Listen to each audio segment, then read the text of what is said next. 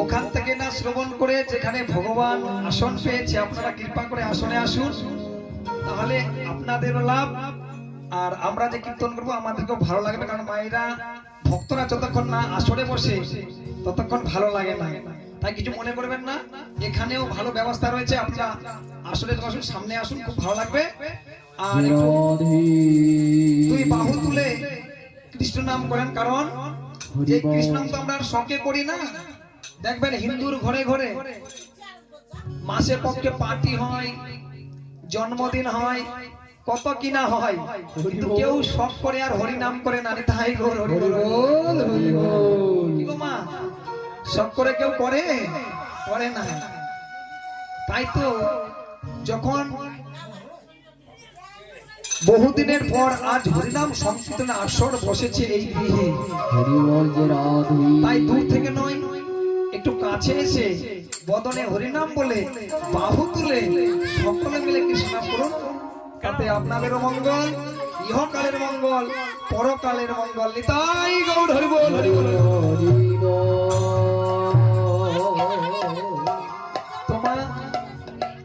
আমরা সকলেই জানি যে আমাদের চারটি যুগ,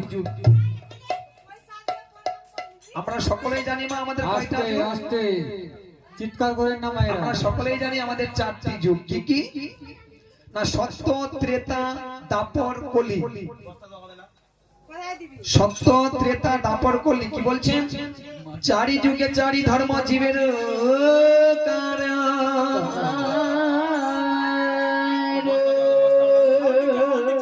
কলিতে উদ্ধারের লাগে উদ্ধারিল লাগি হরিনাম সংকীর্তন, হরিনাম সংকীর্তন। কি বলছে মা? একটু মনোযোগ সহকারে শ্রবণ করবেন, কারণ শাস্ত্রের কথা আলোচনা হচ্ছে, হরির কথা হচ্ছে, তাই আন কথা বলবেন না, তাহলে কিছু শুনতেও পাবেন না, কিছু বুঝতেও পারবেন না, কোনো লাভ হবে না। তাই বলছে কি? চারি যুগে চারি ধর্ম জীবেরও কারণ, আর কলিতে এই মনুষ্য জীব উদ্ধারের লাগি হরিনাম সংকীর্তন। তাহলে আমাদেরকে উদ্ধার হওয়ার জন্য হরিনাম সংকীর্তন করতে হবে। তাই কি বলছেন? সত্য যুগের মানুষ একদিন নারদমণি প্রশ্ন করলেন, হে গোবিন্দ, চারি যুগে চারি ধর্ম, তো সত্য যুগে আপনাকে লাভ করেছিল ধ্যানের দ্বারা, 200 বছর 500 বছর এরকম ধ্যান করে করে আপনাকে পেয়েছিল। আসলো ত্রেতা যুগ, ত্রেতা যুগের মানুষ আপনাকে পেয়েছিল কি করে? না বিভিন্ন যাগ যজ্ঞ করে, অষ্টমের যজ্ঞ, নবমের যজ্ঞ, এই যজ্ঞ করে আপনাকে লাভ করেছিল। আসলো কি? দ্বাপর যুগ, দ্বাপর যুগের মানুষ আপনাকে কি করে পেয়েছিল? না ওই পূজা অর্চনা করে। তাহলে প্রভু এবার তো কলিযুগ, এই কলিযুগের মানুষ কি উদ্ধার হবে না? এরা কি আপনাকে লাভ করতে পারবে না? গোবিন্দ বললেন, নারদ, 3 যুগের মানুষ যা পায়নি এই কলিতে তা পাবে। তাই তো বলা হয়েছে ধন্য কলি যুগের মাঝে শ্রী চৈতন্য অবতার। বলছে দেখো নারদ, এরা আমায় ধ্যান করে পারবে না, এরা যাগ যজ্ঞও পারবে না, এরা পূজা অর্চনাতেও পারবে না। কেননা কলির মানুষ হচ্ছে অন্নগত প্রাণ, এরা না খেলে বাঁচবে না। এরা আমার গাড়ি, আমার বাড়ি, আমার নারী করতে করতে নিচের দিকে ধাবিত হচ্ছে। আরেকটি কথা হলো এদের পরমায়ু বড়ই কম। কিরকম পরমায়ু কম হলো? না সত্য যুগের মানুষের পরমায়ু ছিল 1 লক্ষ বৎসর। বাবা সত্যযুগ চলে যাওয়ার পর আসলো কি ত্রেতা যুগ। ত্রেতা যুগের মানুষের আয়ু কত হলো পরমায়ু? না ওই 1 লক্ষ থেকে একটি শূন্য চলে গেলে 10,000। 10,000 বছর। আবার ওই ত্রেতা যুগ চলে গেল, আসলো কি দাপর যুগ। দাপর যুগের মানুষের পরমায়ু কত হলো? না ওই 10,000 থেকে একটি শূন্য আবার বাদ হয়ে গেল 1,000 বছর। 1,000। আসলো কি কলিযুগ। এই কলিযুগের মানুষের পরমায়ু কত? না ওই 1,000 থেকে আবার একটি শূন্য বাদ হয়ে গেল 100 বছর। 100। গড় আয়ু 60 বা 70। আবার কেউ কেউ আমরা তো ভাঙদুতরা খেয়ে খেয়ে 25-30 চলে যায়নি, তাই গৌর হরি বল হরি বল। বল হরি বল। তাই বললেন এরা অন্যগত প্রাণ, এরা আমার গাড়ি আমার বাড়ি করতে করতে নিচের দিকে ধাবিত হচ্ছে, এদের সময় নেই। কলির মন বড় চঞ্চল, এরা না পারবে ধ্যান করতে, না পারবে যজ্ঞ করতে, না পারবে পূজা অর্চনা করতে। তো প্রভু এরা কি উদ্ধার হবে না? বলছে অবশ্যই উদ্ধার হবে।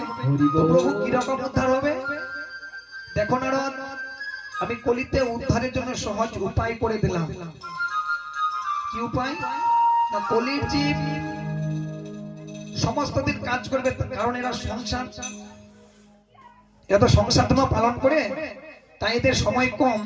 তাই সারাদিন কর্মে ব্যস্ত থাকার পর রাত্রে স্বয়ংকালে যদি আমার একবার মহামন্ত্র জপ করতে পারে, হরে কৃষ্ণ কৃষ্ণ কৃষ্ণ হরে হরে, হরে হরে, হরে রাম রাম রাম হরে হরে, হরে হরে।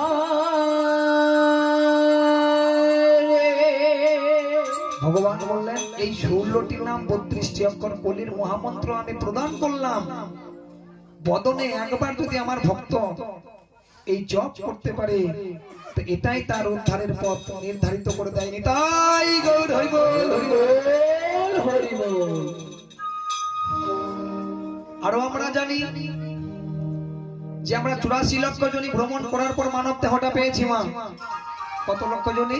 84 লক্ষ জনি। সকলেই জানেন, তবু আমি বলছি এই 84 লক্ষ জনির মধ্যে আমরা কোনবার কোন জনিতে ছিলাম একটু বিস্তার করে বলি, বলবো? বলছে 9 লক্ষ জলজন্তু, 9 লক্ষ বার আমরা জলের পোকামাকড় হয়ে জন্মগ্রহণ করেছিলাম। শুধু আমি একা নয়, আপনারা সকলে মিলে 9 লক্ষ বার জলের পোকামাকড় হয়েছিলাম। সেখান থেকে উদ্ধার হয়ে কোথায় গেলাম? না 11 লক্ষ কীট পতঙ্গ, যত রকম কীট পতঙ্গ আছে 11 মানে 11 লক্ষ বার আমরা প্রত্যেকটাতে একবার করে জন্মগ্রহণ করেছি সকলে, আমি একা নয় সকলে। সেখান থেকে উদ্ধার হয়ে কোথায় গেলাম? না 10 লক্ষ পক্ষী জনিতে গেলাম। যত